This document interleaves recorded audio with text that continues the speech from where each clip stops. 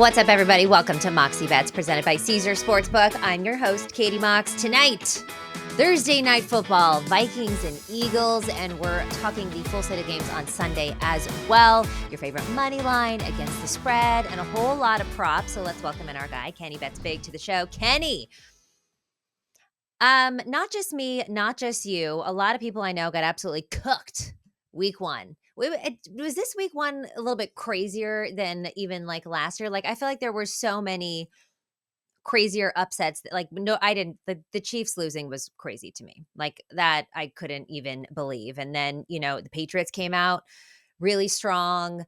The Bucks beat the Vikings. The Cardinals kind of started to look pretty good there in the beginning. The Rams killed the Seahawks. Like, what were your thoughts on week one? Week one was not kind to my No. bankroll, to my bankroll, that's for sure, or my ego, Katie, because the amount of I was telling the guys backstage here, the amount of nasty DMs and comments that I Ugh. got for that Giants pick Yeah. was, man, it had me questioning, should I come on the show today? You But you know? know what? I totally understand. And that's a thing too, where it's like, say you were right and say that it was absolutely flipped, then you would have been the genius of all geniuses. And like all of these, like, Twitter warriors and DM warriors, it's like, y'all, nobody knows. You know what I mean? You were on the right side. Your facts and everything backed it up. The Giants beat themselves. The Giants had a game that almost nobody has. Like, everything that could go wrong with them went wrong with them. I'm sorry, but were you overly impressed by the Cowboys offense? Because I wasn't. No, not at all. And that's the thing. A lot of the people were focused on me saying Daniel Jones was a better quarterback, which you disagreed with me there. But I mean, Dak Prescott looked terrible Yeah. for Yeah. all of the great things that the Cowboys did in that game. The Defense. worst part of the team was probably Dak Prescott. What was he? Yeah. 13 for 24 for a buck 50, and he missed some wide open throws that would have been touchdowns. Yeah. So no, I was not overly impressed by Dak Prescott or even the Cowboys, to be honest. I No. mean, The that defense. was, yeah, the defense looked really good. Like Daniel Jones, I turned the game off in the second quarter because anytime Daniel, You couldn't take it anymore. I literally couldn't take it because I already knew I was on your show. I was on the SNY. I gave out the Giants. I already knew the social Yeah. media, Yeah. savages were going to be coming for me. Yep. I'm in the circa $1 million contest. That was one of my picks. So Oof. yeah, I got cleaned up, and then I bet the Giants like super heavy. That Mm. I went pretty light week one, Yeah. except on the Giants. So Oof. it was yeah.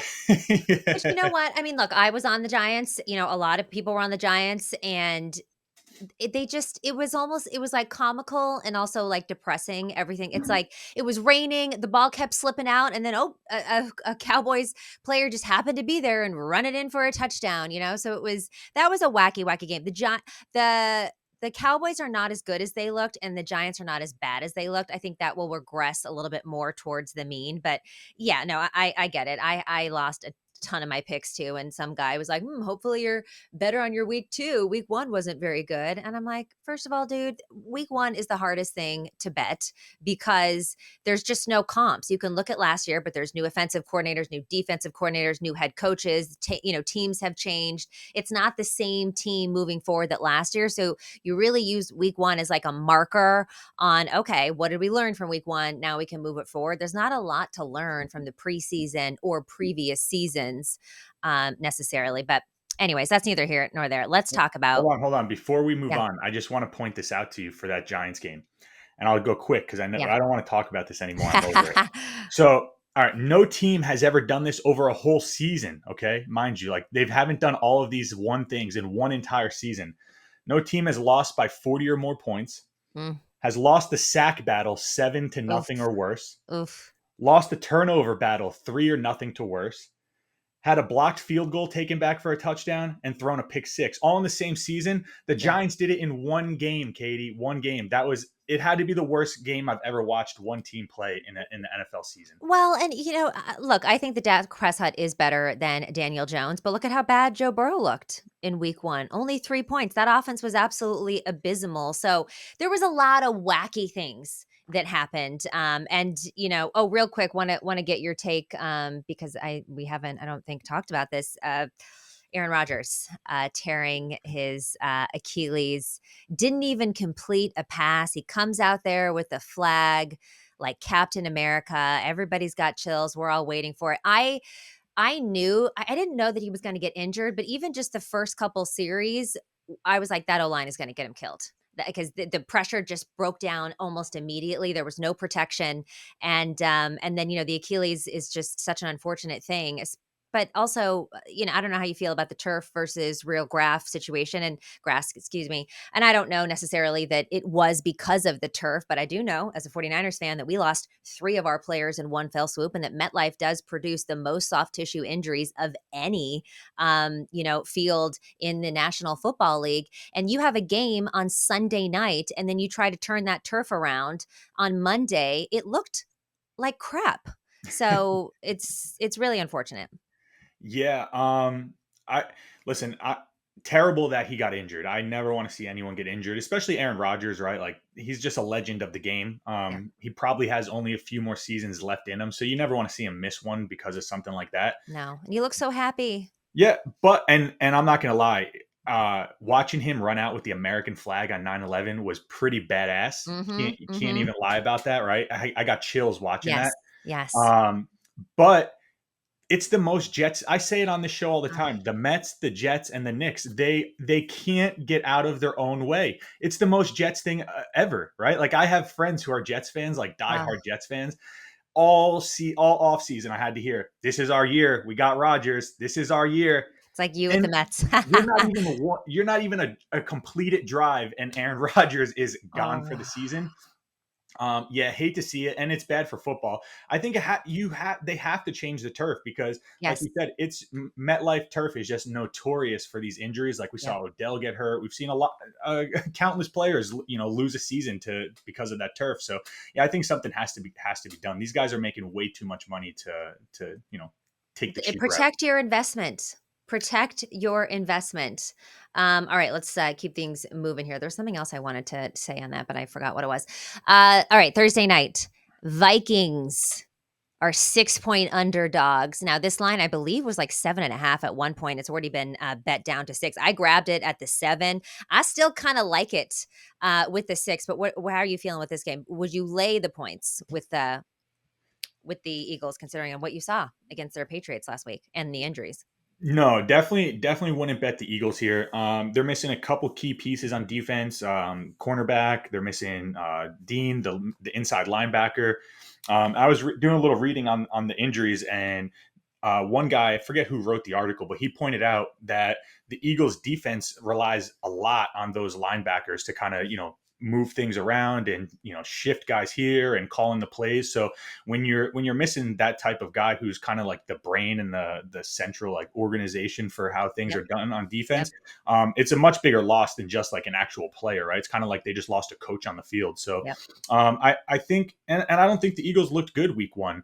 They were gifted 2 quick early touchdowns by the Patriots turnovers, and they Yep. didn't really do much the rest of the game. So uh, I expect the Vikings to bounce back here after the week one shocking upset against the Tampa Well, Bay Buccaneers. yes. And I'm with you on this one. And yes, the Vikings did. And look, we've all said that the Vikings are due for regression in terms of like the win column. We didn't mean losing to the Buccaneers and Baker Mayfield, but kind of, similarly, they were a better team than the Vikings were. Just like it felt like the Patriots were a better team. You have these turnovers that happen in the very beginning, and you can't kind of recover from them. But the Vikings did outgain Tampa Bay by nearly 150 yards. So you have to believe that Captain Kirk and the team is going to tighten up, probably play a bit more conservative on offense. And like you said, the Eagles lost both their starting safeties from 2022 and their best coverage linebacker in free agency, and then they lose Bradbury, in week one. They lose Blankenship, and Kobe Dean also is going to be out for this week. And they're facing a Vikings team that passed the ball a total on 75% of plays in week one, the second highest in the NFL. And you're getting a little bit weaker back there. The Vikings also gained 20 plus yards on 7.9% of offensive plays. That was the second best in the league. Last season, the Eagles also only 3-4 against the spread when they were favored by 6 points or more. I do think that the Eagles win this game at home, but, like, given how I wasn't overly impressed with the offense and the injuries that they have racked up, and then I actually think that the Vikings passing attack is gonna kinda eat them alive, like, I'll take the 6 points too. Yeah, give me the 6. Just for people viewing at home, sometimes you got to be careful with these games though, because like Katie said, this opened at 7.5, 7. Yeah. When you go from 7.5 or 7 down to 6, like in football, that 1 point is Huge. massive, right? Because now Yeah. you're talking about if the Eagles just win by a touchdown, you lose your bet as opposed to hitting it or pushing. Right. So sometimes it's better off just waiting and seeing now, because I know the Vikings, we talked about the Eagles injury report. The Vikings they might be without two of their starting offensive linemen. Right. And if they're ruled out for this game, that line might tick back up to 6.5 or Right. 7. So I don't see the line dropping more. I mean, it always could come down to five and a Yeah. half, but I think if it was going to move, it would go back towards 7. So Yeah. this is a game I'll probably wait and bet as it gets closer towards the game time. Now, when looking at totals, I'm also going to fade Philly on their team total, take them under 27.5. They didn't really show me much to believe in on offense. They only had 4 yards per play in the second half. And of course, we said lead rusher for the Eagles, Kenneth Gainwell, is out. Hurts also only had 170 passing yards versus the Patriots. Now, I don't think that the Vikings defense is going to be anywhere near what the Patriots were, but it's still pretty concerning when you look at Jalen Hurts. So I like them under this 27.5. I just don't know if this offense gets moving in the way that we're used to seeing. Yeah, and it's concerning too when you talk about that the Eagles lost their offensive coordinator. The Which rule was change. the biggest thing. After the designed plays that he had, they what? They scored like 9 points? Yep. Yeah, exactly. So, and not only that, the rule changes where they can't do the RPO type of runs that they were Mm, doing. It just completely changed the Eagles' play style from a year ago. So, I think there was always going to be growing pains as they kind of had to refigure things out a little bit and get into a groove coming into the season. So, yeah, I like that. I'm going with the over here. It's not something I love. I interesting. don't, it's Yeah, not going to be one of my big bets that I talk about yeah, and throw down tons of cash on, but I do kind of like the over here in this spot. We talked about how the Vikings, offense kind of stalled a few times against the Buccaneers. The offense didn't look terrible, but a couple, untimely turnovers in the close to the red zone. They had to settle for a field goal inside the 10-yard line. So I think the Vikings offense will bounce back in week 2, and we'll see them put yeah. numbers like we're accustomed to seeing Justin Jefferson and Kirk Cousins, just kind of airing the ball all over the field, especially when you factor in that the Eagles are going to be missing a couple players in their secondary. Yeah, but you know who's still there in their secondary is Darius Slay. Yep. Okay, so I'm still gonna take Kirk Cousins for an interception. That's a -130. It's not available on Caesars, at least right now, but you can kind of shop around for that line. It's still primetime Kirk Cousins, right? And you still got Darius Slay out there. And the last time that these teams met up, Cousins gave up 3 picks. So I still like him to throw a cookie. Any other props or bets you're looking at for this game? No, I'm gonna ride. I got a couple player props, but we'll save them for later. But I'm gonna ride with you on that Kirk Cousins one. It's funny how the narrative can quickly change, right? Like you Yep. remember a few years ago, it was almost inconceivable to bet Kirk Cousins in a primetime game, Yeah. and here we are, you and me both, Yeah. saying let's Yeah. ride the Vikings. So it's Well, you know what's so funny is he's gotten a little bit better. He's now 8-8 in primetime games. yep. So, he's breaking even, which is much better than what he was. And I feel like, Thursday night is a kind of an outlier too, right? Mondays and Sundays have been his kind of, Achilles heel. But yeah, it is hilarious. But we're not taking him to win. We're taking him to cover. And I still like him to throw an interception. Glad you're riding with me on that one. We are going to take a quick break. When we come back, we are going through the Sunday slate. Why should you bet with Caesars Sportsbook? 2 words, Caesars Rewards. Every bet brings you closer to the type of benefits only Caesars can offer: hotel stays, VIP experiences, sports and concert tickets, and more. It's not just an app, it's an empire. Welcome back on Moxie Bets, presented by Caesar Sportsbook. Here with my guy, Kenny Bets Big. And we are going to look at week 2 of the NFL. Let's start with picking a side. We've got 3 bets here. Okay, I see this. You're taking the points with the Jets. This is interesting. Talk to me. Yeah, yeah. That just gave me a little deja vu. You remember last year when I took the Jets to upset the Bills, and you're like, "There's no way the Jets win this game." Oh, Yeah, this is the one where you were like, "Yes." See, yeah. it goes both ways. It goes both ways. They love you and they hate you. Yeah, yeah, Yeah. exactly. And they quickly forget how much they love you. Yeah. Um, yeah, like Yes. I got some screenshots of people, Mhm. hyping me up in my DMs, and then the same guys talking crap. So, yeah, Oh, I I'm know. going with the Send it Jets back to 'em, here. be like, "This you? Yeah, This you?" yeah, yeah. So, yeah, I'm gonna go with the Jets here, plus 9.5.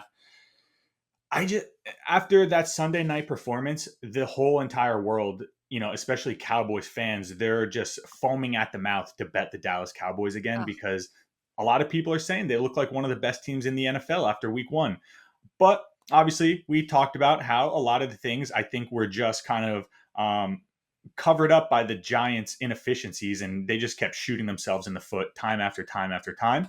So I think the Jets are going to surprise a lot of people. Zach Wilson, he didn't look great when Aaron Rodgers went out, but he definitely didn't look as bad as he did last year. That's what I'm saying. That's what I'm saying. I think not to overcut you here, No, but do it. It's your I show. think that Zach Wilson is their best option at quarterback. You go get one of these old guys that isn't very mobile, doesn't know the playbook. They're going to take a month or so to get up to it. And I do think that Zach Wilson has matured a lot through this entire situation. I think he's learned a lot from Aaron Rodgers. He has like a true mentor now. I'm not saying he's going to be Aaron Rodgers, but I'm not counting the Jets out this year because that defense is still crazy. They still have weapons, and I think you can make Zach Wilson serviceable. Anyways, keep going. So the Giants defense, for as bad as they looked, they actually did a decent job keeping Dak Prescott at bay, right? Yes, I mean, you got to yes. find some They did, positives they in the did, they negatives. did. But so what is Dak going to do against that Jets defense? Because Josh Allen looked awful against them on Monday night. Ugh. So this is more of just a bet on the Jets defense being able to keep this as a close game. You're going to give me 9.5 points. I'll probably buy it up to 10. I don't love buying the half points, but 10 points in an Yes. NFL 2 possession game against that Jets defense. Mhm. Yeah, I'll take that all day. Yeah, I love the buying the point, or the half point in that game, especially because, yeah, double digits and 9 are just 2 different things, and again, this Jets defense is scary. They're scary up front, and they've got really good weapons or destructors, I guess you will say, in their secondary. I'm taking Seattle plus. Okay, so I got it at 5.5. This line, when I checked this morning, has moved to 4.5, which is interesting because I did feel like the 5.5 was a bit of an overreaction. The Lions opened up as 2.5 point favorites, 3 in some books, and yeah, they beat the Chiefs. But we watched that game. How much of it was the Lions offense and how much of it was the Chiefs beating themselves? It's like the same thing with the Giants here. The Chiefs were the better team. The Chiefs should have won that game. There was the pick six, which is the whole reason why the Lions, I wasn't overly impressed by the Lions offense. And similarly, the Seahawks suffered a lot of injuries on their offense, and I know that they're still going to be down. One of their tackles. I think I can't remember which one is out and which one is in, but they lost their right and their left tackle. One of them should be back in. DK Metcalf was gone for a certain amount of time in that game until he came back out. Like, it was just a weird game. And I definitely felt like Pete Carroll, which we don't always see, was outcoached by Sean McVay. I think that Kelsey's going to be back in the lineup this week. I'd be surprised if he's not. They're going to get Chris Jones back. And I just don't think that we are going to see the Chiefs team look that bad again. But anyways, so I think this line, this 5.5, is an overreaction. I feel like I'm just like stuttering through this one, but the Lions could end up winning this game. I don't know if I'd take the 4.5. I might wait to see how this one shakes out too. But at 5.5, I would take the points of the Seahawks. Yeah, that was actually the second game I have here. I love the Seahawks this week, and this is the one thing I love about NFL betting is just the constant overreaction from one week to the next, Yeah, right? Similarly with the Jets fading the Cowboys with the first pick that I gave. Again, you talked about it. The Lions didn't necessarily win that game. The Chiefs are a Kadarius Toney egregious drop from the pick six, and then another bad drop that would have put them in field goal range to win the game. So yeah, the Lions didn't necessarily win that game as much as the Chiefs lost the game. lost.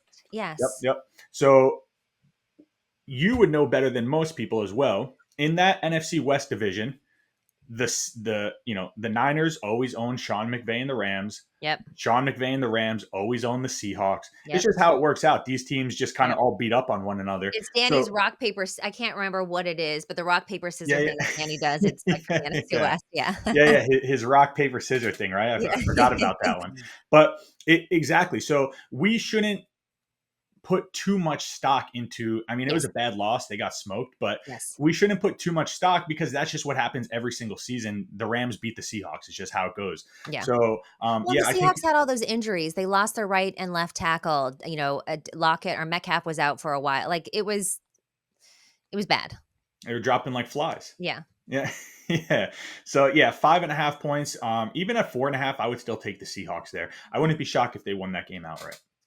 Ooh, I love that. All right, looking at another game here, and this goes actually hand in hand with what I was just saying. I'm laying the 3.5 with the Chiefs. Now, I took this earlier this week when they were -3, but now you get it even money at 3.5. You're going to tell me the Chiefs are just over a field goal favorite coming off a humiliating loss on opening night? Like, hell yeah, I'm taking the Chiefs and a bounce back spot here. And I'm not even going to think twice about it. Head to head, Kansas City has run 7 in a row. That win streak also includes the last season's postseason victory in the divisional round. Again, I expect that Chris Jones and Travis Kelce to be good to go this weekend. I'd be surprised if Kelce still sits out. And I also think that this offense is going to bounce back. Like, I don't know if they throw to Kadarius Toney ever again, but I can't imagine that he would drop like that. And so I just think that one, the Chiefs are going to look more like the Chiefs. I don't think that there's any way that Patrick Mahomes allows his receivers to look that bad again. And I was actually a bit underwhelmed by the Jags against the Colts. I really thought that they should have like manhandled them a little bit more easily. There's just no way to me that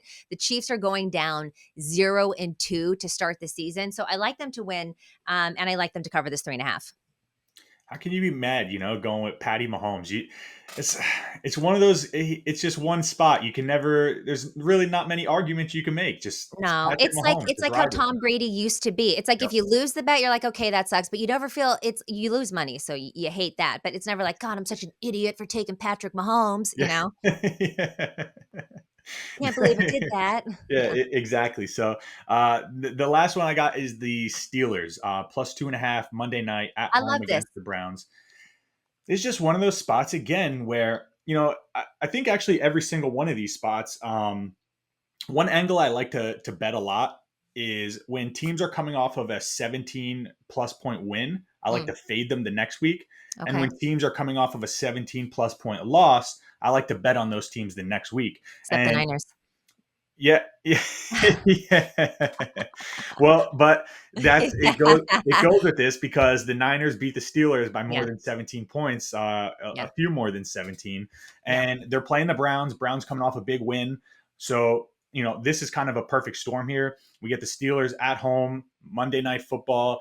Tomlin, fighting to prevent going down 0-2 in the division and on the season already. These guys never had a losing season, so yeah, Mike Tomlin coaching as a dog is just an absolute cash cow for the duration of Yep, his career. So yep. I'm going to ride it. I'm going back to the well. And if I get burned, I get burned. But it's the right spot. Give me the Steelers plus 2.5. I love this. One, it's a divisional matchup. Two, the Steelers are a much better team than what we saw week one. I think the Niners just punched them in the mouth in the very beginning, and then they couldn't kind of recover from it. But I expect Kenny Pickett to play better. I thought in the preseason he looked really, really good. That defense has got to be better too. TJ Watt did all that he could do, but other people have got to step up there. And, the Browns just have the Bengals number. So don't look at that game and think that that's going to be what the Browns look like necessarily moving forward, because you've got Joe Burrow that didn't practice at all. And by the way, that's my next bet here is the Bengals -3.5. This is also at even money, but they kind of go, hand in hand. I feel like we're on the teams that lost. We're taking them in the next game. And, they're up against the Ravens. The Ravens defense made a nightmare for CJ Stroud, but Joe Burrow is not CJ Stroud. And he may have looked horrible in week one. He passed for a career worst of just 82 yards. Like, that offense was absolutely abysmal, but there was no preseason. He was coming off of injury, and this is still a very potent offensive attack, and I expect them 100% to bounce back. And the Ravens are super banged up. You got no Dobbins, and I'm mostly concerned about the injuries that they have across the O-line. So I think this is a good bounce back spot for both your Steelers and my Bengals. And the fact that you can get them -3.5 at even money. Again, this Raven squad just super banged up. I like it. Yeah, it's just like the Ravens' MO the last few years, right? They just can't, they just constantly getting injured.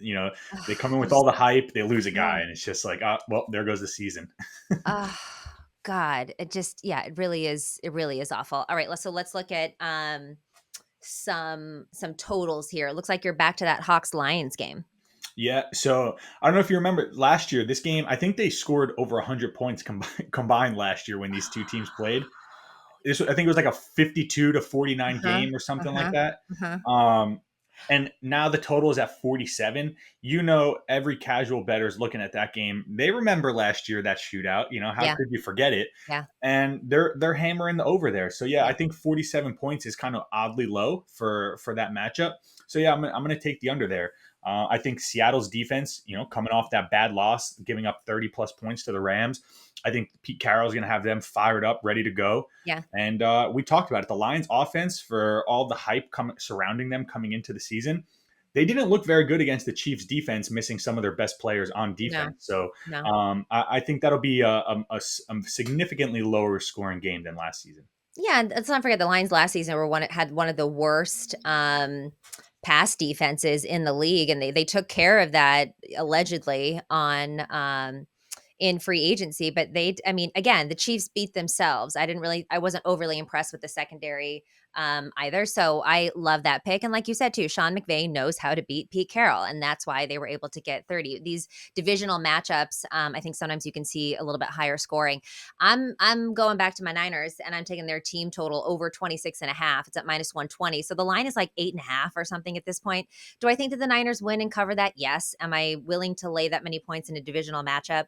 Hell no. But I do think that the 49ers can get over this 26.5. The offense, Kenny, under Brock Purdy, is somehow even more explosive. There's just so many ways that this team can beat you. I was reading a stat that one of my favorite beat reporters, actually from the Niners, put up, that they led the league in 21 personnel usage. 53% of snaps featured two running backs, one tight end, and two receivers. The league average, Kenny, for 21 personnel is just 8.3%. That's what it was on Sunday. The Niners, 53%. There's so many ways that this team can beat you. And this Rams defense still gave up 13 to Seattle, who was dealing with significant injuries to their offense.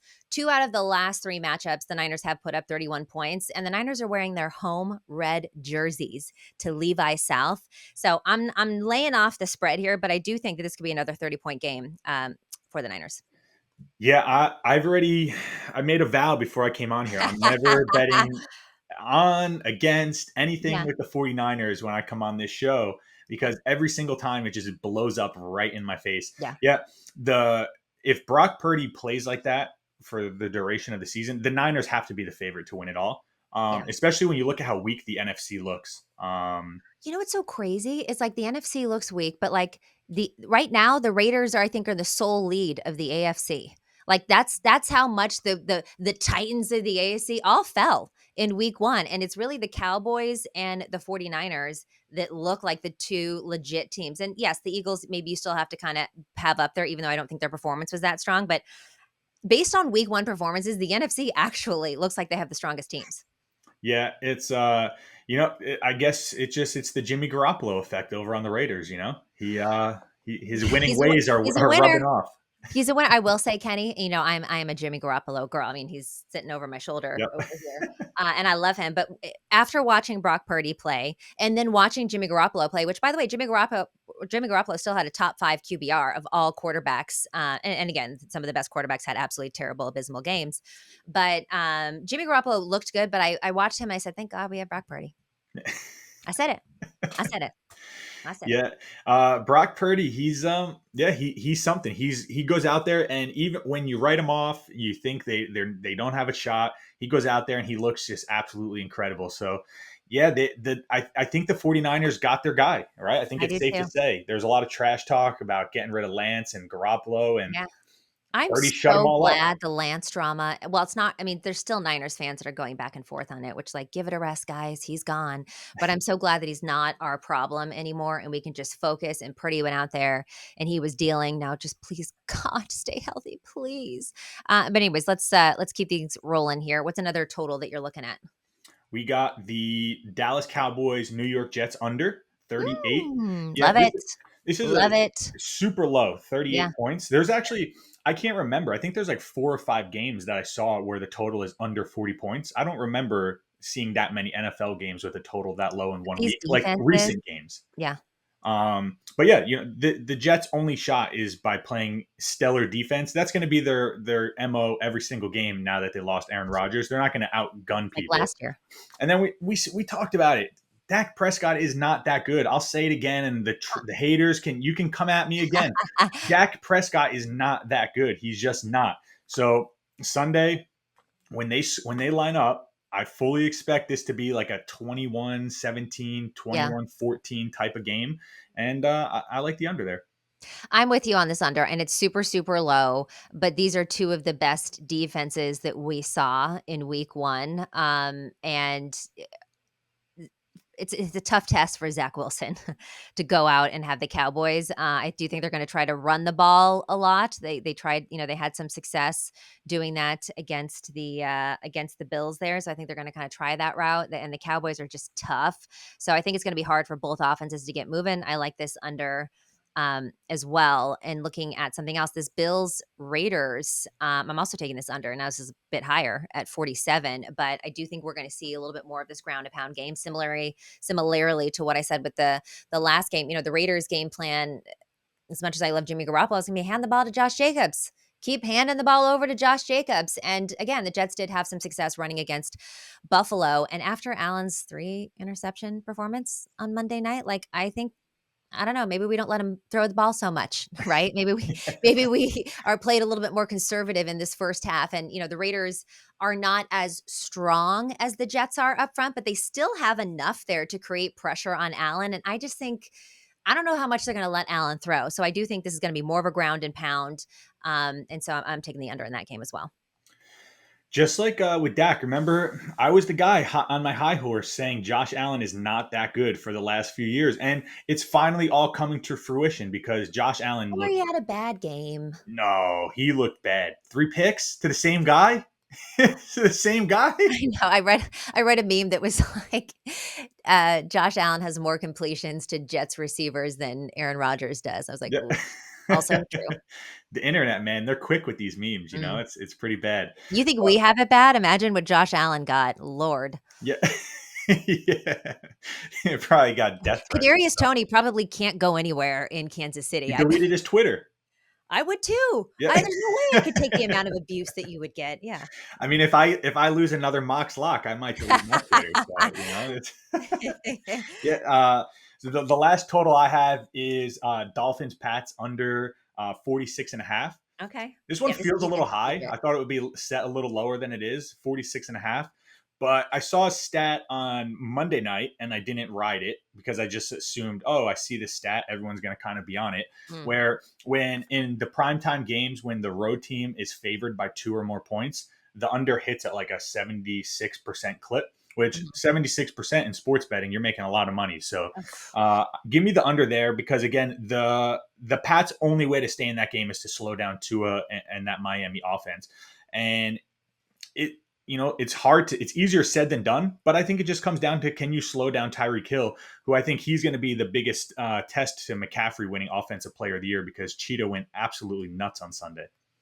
Absolutely. I mean, well, and then too, at 466 passing yards, like, wow. I had Raheem Mostert in one of my fantasy leagues. I was bummed that they didn't run the ball as much as I thought they should. All right, so let's look at some prop bets here. I'm taking Matt Stafford to throw an interception. I mean, death taxes and Matty Stafford to throw an interception. It's juicy. It's at minus 150, but eat the juice because this guy's doing it. He's 1-7 in his career versus the Niners. He's thrown for 6 interceptions in 8 career games versus San Francisco. We know that Stafford is really good against the blitz. He struggles and throws a lot of picks when his QBR drops pretty significantly, actually, when he is not blitz. The Niners traditionally don't blitz a lot. The defense seemed to run pretty similarly under Wilkes in week one. Stafford just struggles in those muddy pockets, tends to throw off target and turn the ball over. And we know that the 49ers can create that kind of pressure on him. Also, it took the Steelers 28 minutes and 44 seconds to get a first down. I mean, what do you want me to say, Katie? The Niners look good, all right? They look good. Yeah. There's Yeah. nothing else we can say. What's a prop you like? No, yeah, I like that Stafford pick. I'm going to go Devontae Smith over 62 and a half receiving yards. You know, when people think about the Eagles, a lot of focus goes to A.J. Brown and Jalen Hurts anytime touchdowns. But Devontae Smith over 62 and a half receiving yards has quietly been a cash cow for the last 10 games, last week and then the previous 9 games last year. He's hit 7 out of the last 10 times he's gone over 62 and a half receiving yards. Love So, it. yeah, give me Devontae Smith over 62 and a half. I think Jalen Hurts going to target him early, often, and Yeah. pretty successful. Yeah. He'll always be one of my favorite players because I won the most money of my life off of him. All right, looking at another one. I'm taking Herbert over 283 and a half passing yards. So last Sunday was not the greatest passing game for Herbert. He only had, I think, 1 touchdown against Miami. But the Finns defense struggles against the run. So, of course, it made sense that they would run the ball more last week. When you look at the Titans, who they're up against this week, they were dead last in passing yards allowed last year. So, Tennessee didn't really do that much to improve its defense in the offseason. So I feel like that trend is going to continue here. The Saints passing attack. Derek Carr threw for 305 yards. You're going to tell me that Justin Herbert can't do that in week 2. So give me Herbie fully loaded over his passing yards. I need that because I got a couple MVP tickets on Let's go. Herbert, and Let's go. week 1, those tickets are looking bad. Oh, I had Josh Allen in my fantasy league. He killed me. Absolutely killed me. Sounds like your fantasy team between Josh Allen and Mostert is Well, but then I fantasy had is not Christian Katie's McCaffrey forte. and I had Ayuk. They say I lost my first matchup. Okay, I lost my, but I'm also going against the Fantasy Football Today guys at CBS, actual literal fantasy experts. Yes, I lost. But I think I had like 97 points, and Jamie Eisenberg had like 112 or something. But I'm like, I have the Steelers defense, and then I also have Josh Allen. I'm like, if those two played better, had a shot.